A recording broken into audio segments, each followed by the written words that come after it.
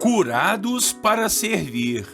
Você já se perguntou por que você recebe tantas bênçãos do Senhor, o nosso Deus? Olha, se fôssemos parar para contar, não conseguiríamos enumerar quantas coisas o Senhor já fez e faz por cada um de nós. Deus é bom o tempo todo e o tempo todo Deus é bom. Sabedores disso, nós sempre nos preocupamos em pedir ao Senhor. E não tem nada de errado nisso. Pedimos cura, pedimos libertação, pedimos provisão, pedimos milagres, pedimos restauração, enfim, tudo aquilo que não conseguimos resolver por nós mesmos, nós recorremos ao poder e ao favor do nosso Deus em nome de Jesus. O próprio Jesus foi quem nos ensinou a pedir ao Pai em seu nome. Glória a Deus por isso. Mas eu gostaria de que você pensasse no porquê Deus haveria de nos atender. Será que Ele espera alguma paga? Será que temos que pensar em pagar as bênçãos que Deus nos deu? Claro que não. Como haveríamos de pagar uma bênção sequer que fosse? Mas uma coisa pode muito bem ser pensada: se Ele faz tanto por mim e eu não tenho jeito de pagar, então eu posso servi-lo por amor, não para receber nada e nem muito menos para pagar, mas porque eu já recebi e sei que ainda vou receber muito mais. Hoje, na primeira devocional do Evangelho de Jesus segundo Marcos, vamos falar sobre uma pessoa que foi curada e logo passou a servir os seus irmãos. Bom dia, meus irmãos e irmãs. A paz do Senhor Jesus para você e para sua família. Pastor Clodoaldo aqui em mais uma devocional da Bíblia, capítulo por capítulo. E hoje iniciamos o Evangelho de Marcos. O tema da nossa devocional hoje será Curados para Servir.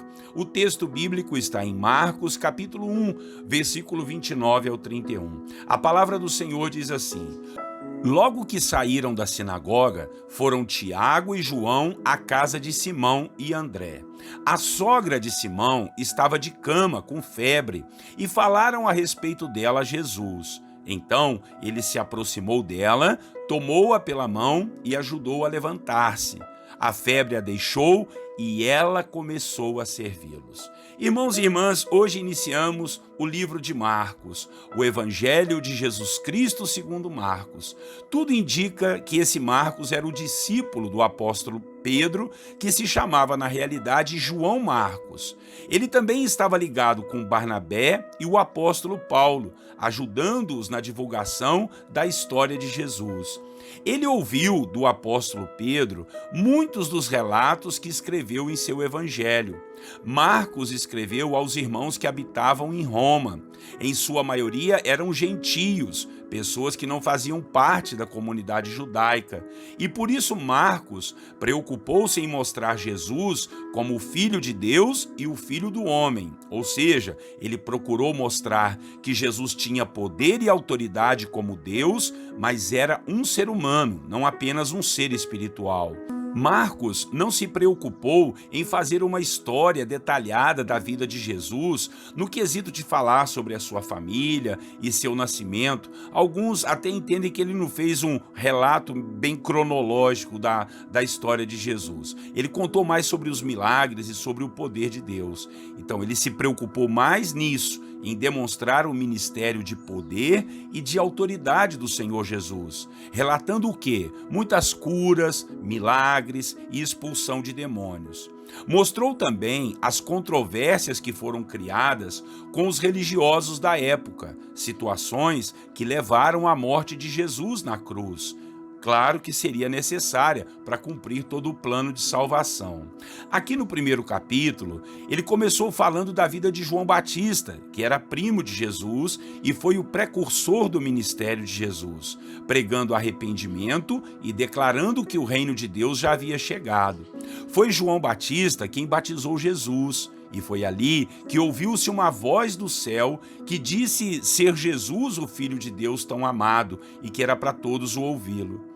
Marcos também relatou a tentação de Jesus no deserto, mas com menos detalhes do que Mateus havia falado. Aliás, segundo os estudiosos, Tanto Mateus como Lucas escreveram seus evangelhos com base no Evangelho de Marcos, porque o Evangelho de Marcos foi o primeiro evangelho a ser escrito por volta ali dos anos 62, 63 depois de Cristo, ou seja, 30 anos depois que Jesus havia morrido e ressuscitado.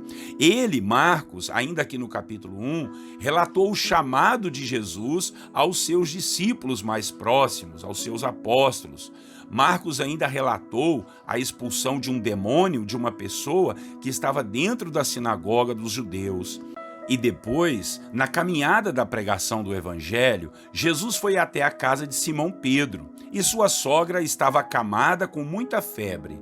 Assim que falaram a Jesus, ele foi até ela e a curou, ajudando-a a levantar-se. Logo depois, essa senhora que tinha acabado de ser curada passou a servi-los. Esse foi o texto que nós lemos no início da devocional. E aqui eu quero me ater para dizer a você que a cura, o milagre, as bênçãos que recebemos de Deus têm que nos dar um propósito de vida.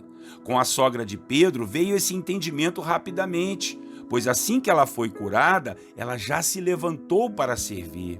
Ah, meus irmãos, se todos nós entendêssemos esse mistério e essa revelação, eu creio que Jesus já teria voltado, pois o mundo todo já iria saber que Jesus é o Cristo e essa mensagem teria chegado nos 4 cantos do mundo.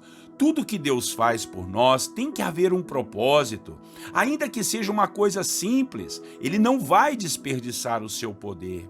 Claro que primeiramente Ele nos atende e Ele faz porque nos ama com muita intensidade. Mas você pode estar seguro de uma coisa, que em tudo o Senhor tem um propósito.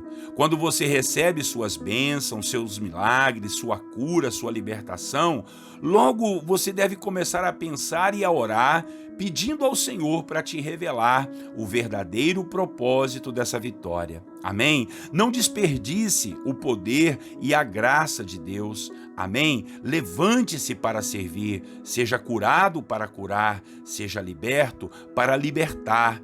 Ouça da salvação para falar da salvação.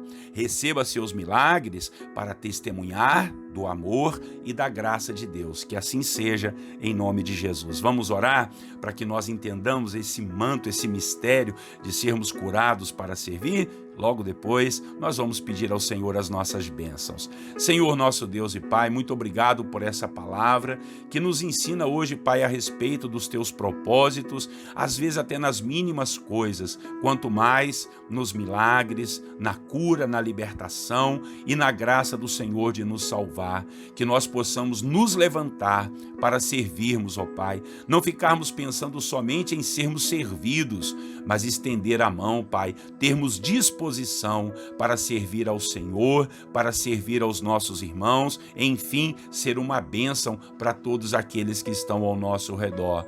Deus querido e amado, assim te pedimos, dá-nos esse entendimento da sua bendita palavra, que nós não estejamos desatentos, meu Deus, aos teus propósitos para nós. O Senhor é bom, atende os nossos milagres, faz grandes coisas e temos certeza que o Senhor está sempre junto conosco. Em nome de Jesus nós oramos e desde já te agradecemos, meu Pai.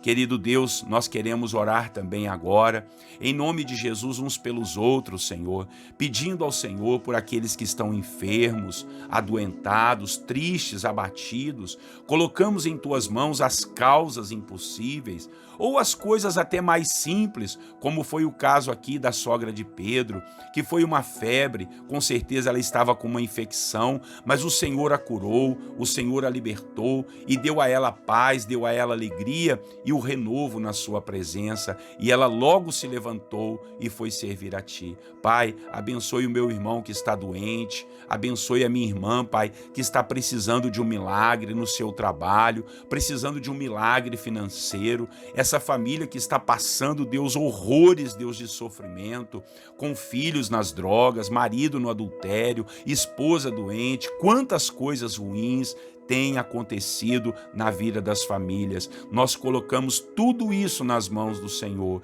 e temos uma certeza: o Senhor vai agir, o Senhor vai operar, porque o Senhor é um Deus que faz milagres, meu Pai. Opera na vida dessa criança, deste jovem, deste adulto, desse idoso, dessa pessoa que está tão solitária, dessa pessoa que está endividada, desse homem, dessa mulher que estão pensando em suicidar.